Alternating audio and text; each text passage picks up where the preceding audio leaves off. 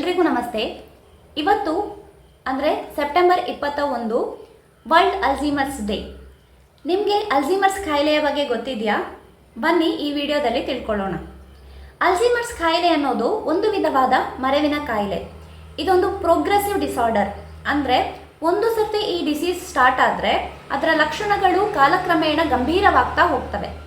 ಹಾಗೆಯೇ ಇದೊಂದು degenerative condition. ಅಂದರೆ ಈ ಕಾಯಿಲೆಯಲ್ಲಿ ಬ್ರೈನ್ ಮತ್ತು ಬ್ರೈನ್ ಸೆಲ್ಗಳು ಶ್ರಿಂಕ್ ಆಗ್ತಾ ಹೋಗ್ತದೆ. ಆದ್ದರಿಂದ ಇದೊಂದು ಡಿಜನರೇಟಿವ್ ಕಂಡೀಷನ್. ಹಾಗಾದರೆ ಈ ಕಾಯಿಲೆಗೆ ಕಾರಣ ಏನು?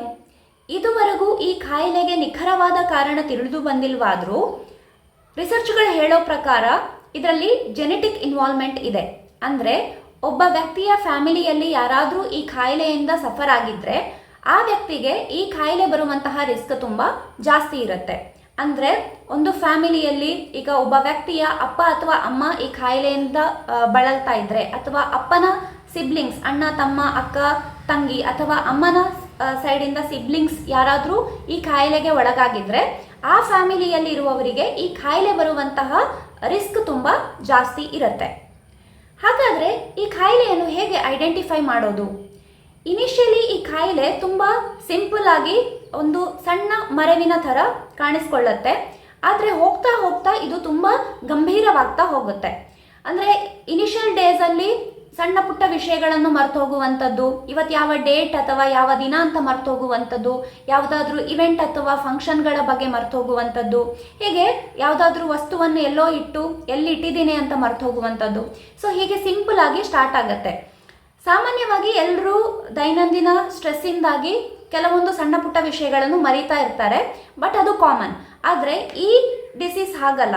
ಇದು ಆ ಫ್ರೀಕ್ವೆನ್ಸಿ ಜಾಸ್ತಿ ಆಗ್ತಾ ಹೋಗುತ್ತೆ. ದಿನಂಪ್ರತಿ ಈ ಥರ ಮರೆವು ಉಂಟಾಗ್ತಾ ಹೋಗುತ್ತೆ.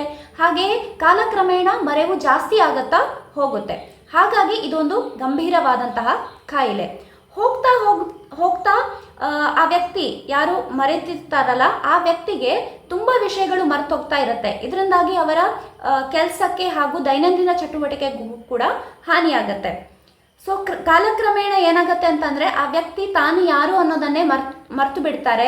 ತನಗೆ ಎಷ್ಟು ಮಕ್ಕಳಿದ್ದಾರೆ, ಅವರ ಹೆಸರುಗಳು ಹಾಗೂ ಮನೆಯ ಅಡ್ರೆಸ್ಸನ್ನೇ ಮರೆತು ಬಿಡ್ತಾರೆ. ಹಾಗಾಗಿ ಇಂತಹ ವ್ಯಕ್ತಿಗಳನ್ನು ತುಂಬ ಕೇರ್ಫುಲ್ ಆಗಿ ನೋಡ್ಕೊಳ್ಬೇಕಾಗತ್ತೆ.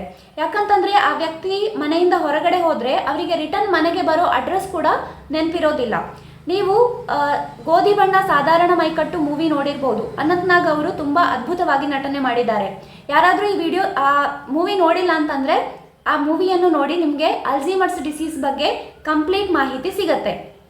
ಹಾಗೆಯೇ ಇಷ್ಟು ಮಾತ್ರ ಅಲ್ಲದೆ ಆ ವ್ಯಕ್ತಿಗೆ ಜಡ್ಜ್ಮೆಂಟ್ ಇರೋದಿಲ್ಲ. ಅಂದರೆ ಫಾರ್ ಎಕ್ಸಾಂಪಲ್ ಸಿಂಪಲ್ ಆಗಿ ಹೇಳೋದಾದರೆ, ನಾವು ಬೇಸಿಗೆಯಲ್ಲಿ ತುಂಬ ತೆಳುವಾದ ಬಟ್ಟೆ ಹಾಕ್ತೀವಿ. ಆದರೆ ಈ ಅಲ್ಝೀಮರ್ಸ್ ಡಿಸೀಸ್ ಇರುವವರಿಗೆ ಬೇಸಿಗೆ ಯಾವುದು, ಮಳೆಗಾಲ ಯಾವುದು, ಚಳಿಗಾಲ ಯಾವುದು ಅಂತ ಜಡ್ಜ್ಮೆಂಟ್ ಸಿಗೋದಿಲ್ಲ. ಡಿಸಿಷನ್ ಮೇಕಿಂಗ್ ಪವರ್ ಇರೋದಿಲ್ಲ. ಹಾಗಾಗಿ ಅವರು ಬೇಸಿಗೆಯಲ್ಲಿ ಕೂಡ ಚಳಿಗಾಲದ ಬಟ್ಟೆಗಳನ್ನು ಹಾಕ್ಬೋದು. ಅಥವಾ ಬೆಳಗ್ಗೆ ಎದ್ದಾಗ ಹಲ್ಲು ಬ್ರಷ್ ಮಾಡಬೇಕು ಅಂತಲೂ ನೆನಪಿರೋದಿಲ್ಲ ಅವರಿಗೆ, ಸ್ನಾನ ಮಾಡಬೇಕು ಅಂತಲೂ ನೆನಪಿರೋದಿಲ್ಲ. ಸೊ ಹಾಗಾಗಿ ಮಾಡಿದ ಕೆಲಸವನ್ನೇ ಅವರು ರಿಪೀಟೆಡ್ ಆಗಿ ಮಾಡ್ತಾ ಇರಬಹುದು. ಇನಿಷಿಯಲಿ ಇದು ನೋಡೋರಿಗೆ OCD ಅಂತ ಅನ್ನಿಸ್ಬೋದು. ಅಂದರೆ ಒಂದ್ಸತಿ ಬ್ರಷ್ ಮಾಡಿದ್ರು ಕೂಡ ಮತ್ತೆ ಹೋಗಿ ಮಾಡುವಂಥದ್ದು, ಅಥವಾ ಸ್ನಾನ ಮಾಡಿದ್ರು ಮತ್ತೆ ಸ್ನಾನ ಮಾಡುವಂಥದ್ದು, ಅದು OCD ಅಂತ ಅನ್ನಿಸ್ಬಹುದು. ಆದರೆ OCD ಮತ್ತು ಇದು ತುಂಬ ಡಿಫ್ರೆಂಟ್. ಯಾಕಂತಂದರೆ OCDಯಲ್ಲಿ ಜನರು ಕ್ಲೀನ್ ಆಗಿಲ್ಲ ಅಂತ ಅನ್ನೋ ಥಾಟ್ಗೋಸ್ಕರ ಮಾಡಿದ ಕೆಲಸವನ್ನು ಪದೇ ಪದೇ ಮಾಡ್ತಿರ್ತಾರೆ. ಆದರೆ ಇಲ್ಲಿ ಮಾಡಿದ ಕೆಲಸ ಮರ್ತು ಹೋಗಿ ಮತ್ತೆ ಮತ್ತೆ ಮಾಡ್ತಿರ್ತಾರೆ. ಹಾಗಾಗಿ ಎರಡು ಡಿಫ್ರೆಂಟ್ ಆಗಿರುವಂತಹ ಕಾಯಿಲೆಗಳು ಐಡೆಂಟಿಫೈ ಮಾಡೋದು ತುಂಬ ಮುಖ್ಯ. ಸೊ ಹೋಗ್ತಾ ಹೋಗ್ತಾ ವ್ಯಕ್ತಿ ಇನ್ನೊಬ್ಬರ ಮೇಲೆ ಡಿಪೆಂಡೆಂಟ್ ಆಗ್ತಾ ಹೋಗ್ತಾರೆ. ಅವರ ದೈನಂದಿನ ಚಟುವಟಿಕೆಗಳನ್ನು ಕೂಡ ಅವರಿಗೆ ಮಾಡೋದಕ್ಕೆ ಸಾಧ್ಯ ಆಗೋದಿಲ್ಲ. ಹಾಗೆಯೇ ಫ್ಯಾಮಿಲಿಯವರಿಗೂ ಕೂಡ ಈ ವ್ಯಕ್ತಿಯನ್ನು ನೋಡ್ಕೊಳ್ಳುವಂಥದ್ದು ತುಂಬ ಕಷ್ಟ ಆಗತ್ತೆ.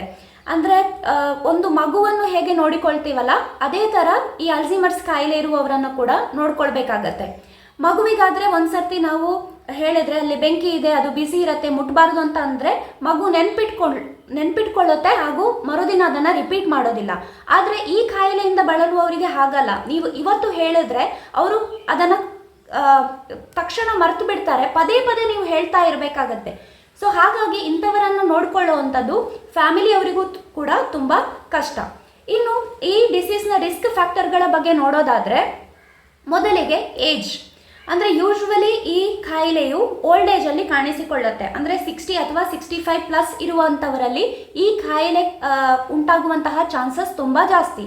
ಆದರೆ ಇತ್ತೀಚೆಗೆ ಬಿಲೋ 60 ಏಜಲ್ಲೂ ಕೂಡ ಈ ಕಾಯಿಲೆಗಳು ಕಾಣಿಸ್ಕೊಳ್ತಾ ಇದೆ.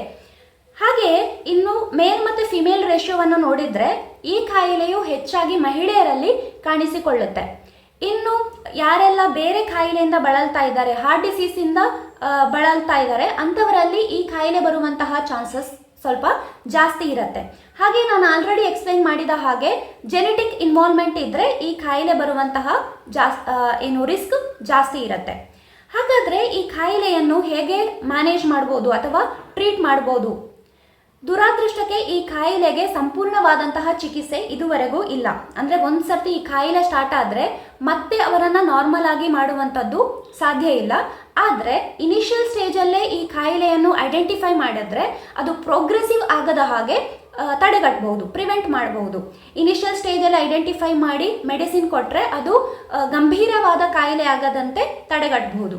ಹಾಗೆಯೇ ಕೆಲವೊಂದು ಲೈಫ್ ಸ್ಟೈಲಲ್ಲಿ ಚೇಂಜಸ್ ಕೂಡ ಮಾಡಬೇಕಾಗತ್ತೆ. ಅಂದರೆ ಕೊಲೆಸ್ಟ್ರಾಲ್ ರಿಚ್ ಇರುವಂತಹ ಆಹಾರವನ್ನು ತೆಗೆದುಕೊಳ್ಳದೆ ಹೆಲ್ದಿ ಫುಡ್ ಹ್ಯಾಬಿಟ್ಸನ್ನು ಮಾಡೋದ್ರಿಂದ ವೈಟಮಿನ್ ಸಿ ಜಾಸ್ತಿ ಇರುವಂತಹ ಆಹಾರ ತಗೊಳ್ಳೋದ್ರಿಂದ ಈ ಕಾಯಿಲೆ ಪ್ರೋಗ್ರೆಸಿವ್ ಆಗದ ಹಾಗೆ ಪ್ರಿವೆಂಟ್ ಮಾಡಬಹುದು. ಹಾಗೆ ಏನಾದರೂ ಬ್ಯಾಡ್ ಹ್ಯಾಬಿಟ್ಸ್ ಅಂದರೆ ಸ್ಮೋಕಿಂಗ್ ಅಥವಾ ಆಲ್ಕೋಹಾಲಿಕ್ ಈ ಥರ ಹ್ಯಾಬಿಟ್ಸ್ಗಳಿದ್ರೆ ಅದನ್ನು ಸಂಪೂರ್ಣವಾಗಿ ಸ್ಟಾಪ್ ಮಾಡಬೇಕಾಗತ್ತೆ. ಇದರ ಜೊತೆಗೆ ಡೈಲಿ ಎಕ್ಸಸೈಸ್ ಮಾಡೋದ್ರಿಂದನೂ ಕೂಡ ಈ ಕಾಯಿಲೆಯನ್ನು ಪ್ರಿವೆಂಟ್ ಮಾಡಬಹುದು. ಹಾಗಾಗಿ ಯಾರಾದರೂ ಈ ಕಾಯಿಲೆಯನ್ನು ಸಂಪೂರ್ಣವಾಗಿ ಕ್ಯೂರ್ ಮಾಡ್ತೇವೆ ಅಂತ ಕ್ಲೈಮ್ ಮಾಡಿದರೆ ನಂಬಕ್ಕೆ ಹೋಗಬೇಡಿ. ಬಿಕಾಸ್ ಈ ಕಾಯಿಲೆಯನ್ನು 100% ಕ್ಯೂರ್ ಮಾಡೋದಕ್ಕೆ ಸಾಧ್ಯ ಇಲ್ಲ. ಹಾಗಾಗಿ ಯಾರಾದರೂ ಈ ಕಾಯಿಲೆಯಿಂದ ಸಫರ್ ಆಗ್ತಾ ಇದ್ದರೆ ಅಂಥವರನ್ನು ತುಂಬ ಕೇರ್ಫುಲ್ ಆಗಿ ನೋಡ್ಕೊಳ್ಬೇಕಾಗತ್ತೆ.